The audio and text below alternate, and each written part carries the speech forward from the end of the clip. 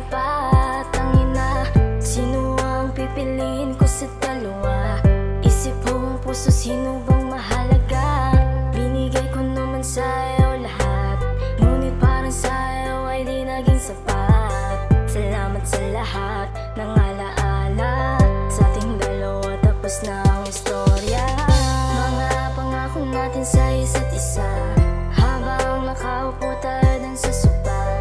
Nakatingin ako sa mga bituin, malamig na hangin sa atin sumalamig.